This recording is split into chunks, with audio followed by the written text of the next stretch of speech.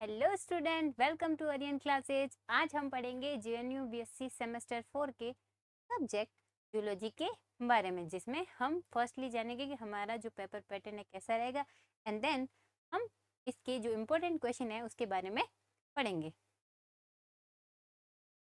तो देखो, हमारा जो जूलॉजी का 4th सेम का सिलेबस है वो रिलेटेड है डेवलपमेंटल बायोलॉजी से, यानी कि परिवर्तनीय जीव विज्ञान से रिलेटेड है, जिसमें हमारा जो पेपर पैटर्न रहेगा वो रहेगा कितने मार्क्स का?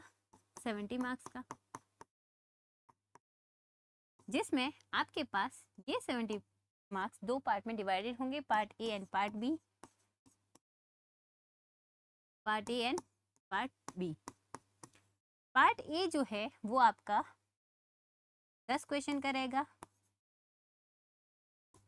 जिसमें पर यूनिट से 2 क्वेश्चन रहेंगे। कितनी यूनिट्स हैं? 5। और पर यूनिट से 2 क्वेश्चन रहेंगे, यानी कि टोटल 10 क्वेश्चन है वो इस अकॉर्डिंग रहेंगे।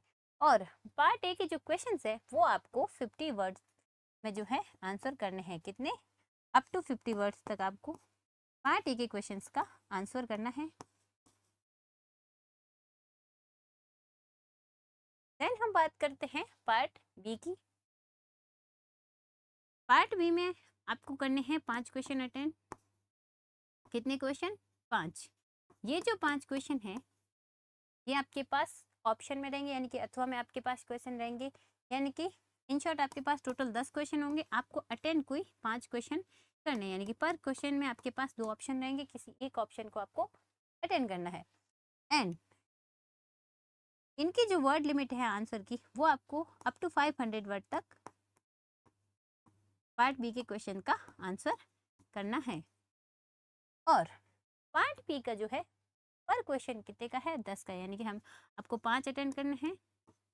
तो हमारा जो पार्ट बी है वो 50 मार्क्स का, एंड पार्ट ए जो है वो पर क्वेश्चन 2 मार्क्स का, तो टोटल 20 मार्क्स का। इस तरह part A and part B में जो है हमारा पेपर पैटर्न रहेगा।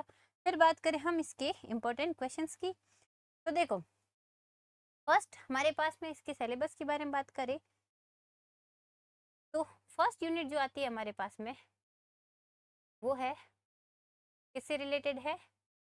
भ्रूण विज्ञान का इतिहास और मूल अवधारणा से।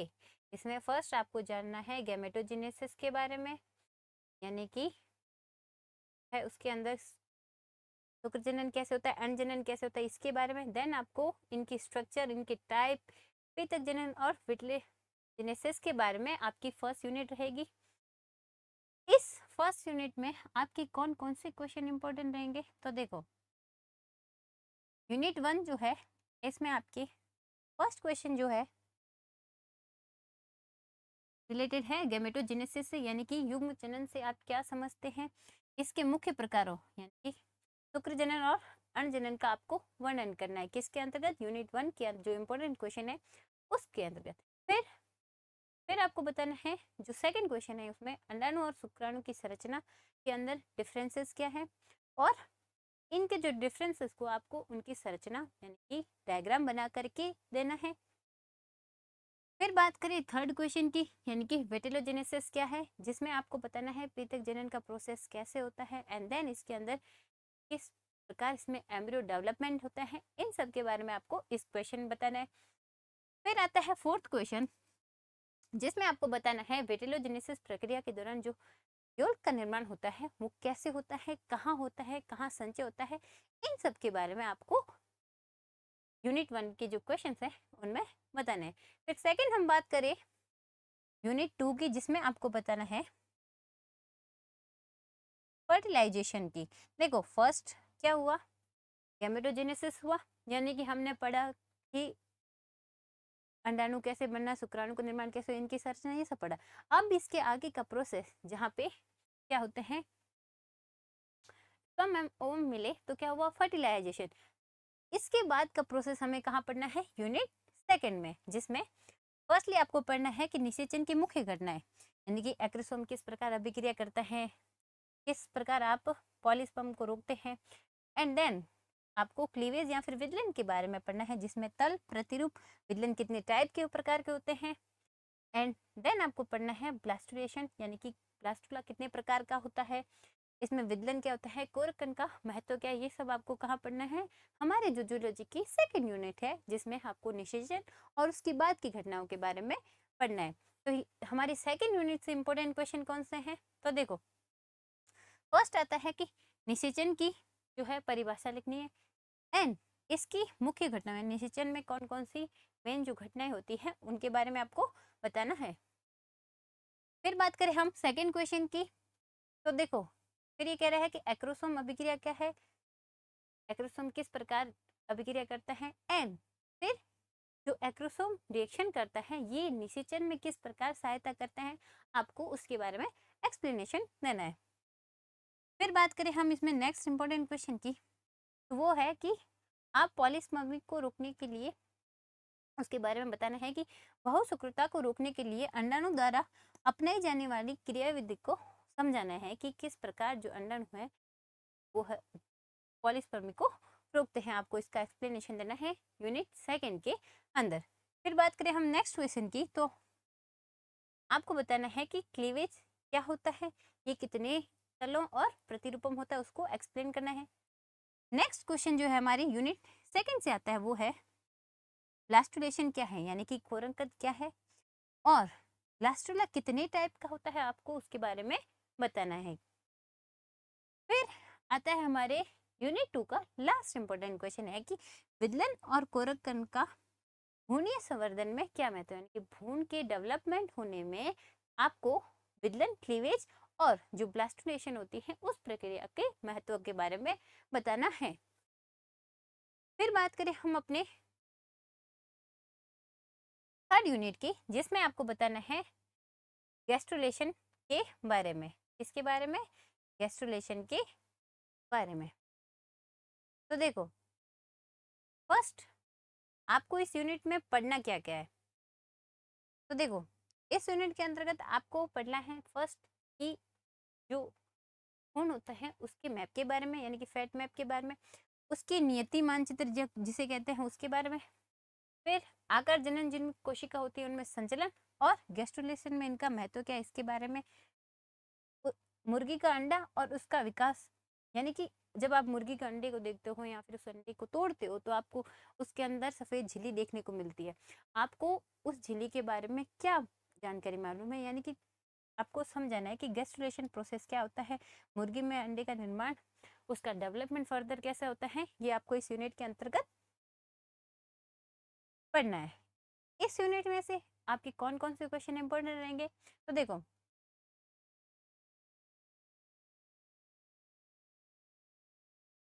इसमें फर्स्ट क्वेश्चन है कि जो हमारा चैप्टर है वो है गैस्ट्रुलेशन यूनिट थर्ड, तो इसमें फर्स्ट क्वेश्चन है कि जो गैस्ट्रुलेशन प्रक्रिया है वो क्या है, इसके दौरान होने वाले आकार जनन कोशिका संचलन यानी कि मॉर्फोजेनिक मूवमेंट्स जो होते हैं गैस्ट्रुलेशन प्रोसेस के दौरान, आपको उसके बारे में एक्सप्लेनेशन देना है।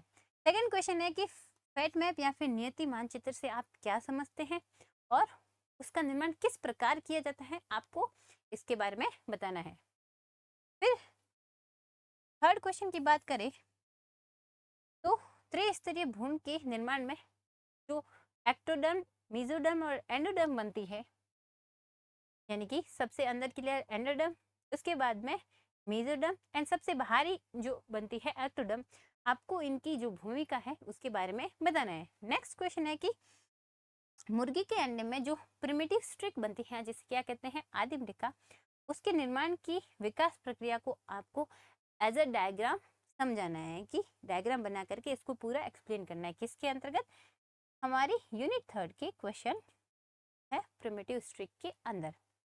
नेक्स्ट जो हमारी यूनिट आती है वो आती है मुर्गी की बाह्य भ्रूणीय झिल्ली, जिसमें फर्स्ट आपको बताना है कि जो अपरा या फिर प्लेसेंटा होती है वो उसकी परिभाषा क्या है, वो कितने फर्दर टाइप की होती है, उसमें क्या होता है आकार की, और जो उत्तक विज्ञान होता है उसके आधार पर कितने टाइप का क्लासिफिकेशन है, वर्गीकरण है, फिर अपरा क्या कार्य करती है, एंड लास्ट में आपको बताना है इसके अंदर नेक्स्ट टॉपिक है कि खरगोश के अंदर जो प्लेसेंटा होता है उसका डेवलपमेंट कैसे होता है। इन सारे प्रोसेस को आपको कहाँ पढ़ना है, यूनिट 4, जिसमें हम पढ़ते हैं मुर्गी की बाह्य झिल्लियां, साथ में जो है खरगोश की प्लेसेंटा के बारे में पढ़ते हैं। तो देखो इस यूनिट में से आपके इंपॉर्टेंट क्वेश्चन कौन से हैं।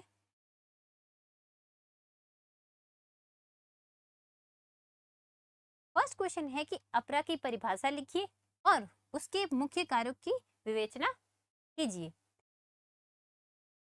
सेकंड है आकारी के आधार पर अपरा के विभिन्न प्रकारों का वर्गीकरण कीजिए। फिर नेक्स्ट क्वेश्चन है उत्तक विज्ञान यानी कि हिस्टोलॉजी के आधार पर अपरा को कितने पार्ट में डिवाइड किया, यानी कि इसके अंदर अपरा के अंदर कितने टिश्यू पाए जाते हैं, उन टिश्यूज के आधार पर जो अपरा का वर्गीकरण हुआ है उसके बारे में आपको बताना है। फिर नेक्स्ट क्वेश्चन है विली अपरा, पट अपरा, विकिरणी अपरा, यानी कि जो आपने लास्ट क्वेश्चन में उत्तक विज्ञान के आधार पर अपरा के भाग बताए थे, उन्हीं भागों को आपको नेक्स्ट क्वेश्चन में डिफरेंट के रूप में बताना है। यानी कि ये जो इनके 4 टाइप की होती है, जैसे फॉर एग्जांपल डायग्राम में अगर आप देखना चाहो तो देखो यहाँ जो विली पट है या फिर पट अपरा है, विकिरणी अपरा और विवर्ती अपरा, यानी कि 4 टाइप की अपरा होती है। इन चारों में डिफरेंट आपको बताना है इस क्वेश्चन के अंतर्गत। फिर नेक्स्ट जो हमारा क्वेश्चन है वो है कि खरगोश के अंदर जो प्लेसेंटा या फिर अपरा पाई जाती है उसके विकास के प्रोसेस को बताना है कि कितने चरणों में होती है, कैसे होती है, कंप्लीटली आपको डिस्क्राइब करना है इस क्वेश्चन के अंतर्गत। कौन सी यूनिट पर हम पढ़ रहे थे, मुर्गी की बाह्य झिल्ली की संरचना और प्लेसेंटा। प्लेसेंटा में किसकी प्लेसेंटा, खरगोश की प्लेसेंटा के बारे में आपको इस यूनिट के अंतर्गत पढ़ना है। फिर नेक्स्ट बात करें हम यूनिट 5, इसके अंतर्गत अंग जनन के अंतर्गत। तो देखो यूनिट 5 आपकी किससे रिलेटेड है, ऑर्गेनोजेनेसिस से। किससे रिलेटेड है, ऑर्गेनोजेनेसिस, यानी कि अंग निर्माण से रिलेटेड है, जहाँ पे आपको स्तनियों के अंदर आहार नाल का विकास कैसे होता है, आहार नाल का निर्माण कैसे होता है, फर्दर आगे नेत्र और वृक्क, जननांग और मस्तिष्क का परिवर्तन, यानी कि कंप्लीटली आपको जो है अंग जनन के बारे में यूनिट 5 के अंतर्गत पढ़ना है। बात करें हम इसके अंदर इंपॉर्टेंट क्वेश्चंस की, तो देखो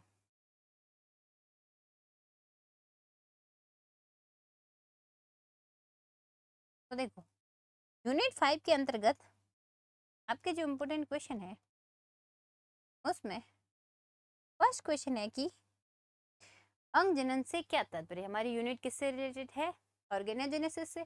तो फर्स्टली ये कह रहा है कि अंग जनन से क्या तात्पर्य है, स्तनियों के अंदर जो एलिमेंट्री कैनाल होती है या फिर आहार नाल जिसे बोलते हैं उसका परिवर्तन कैसे होता है उसके बारे में आपको बताना है।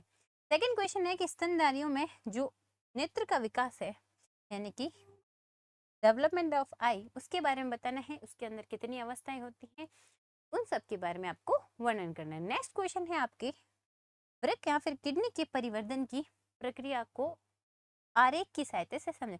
देखिए एज अ डायग्राम बना करके आपको इस प्रक्रिया को कंप्लीटली एक्सप्लेन करना है।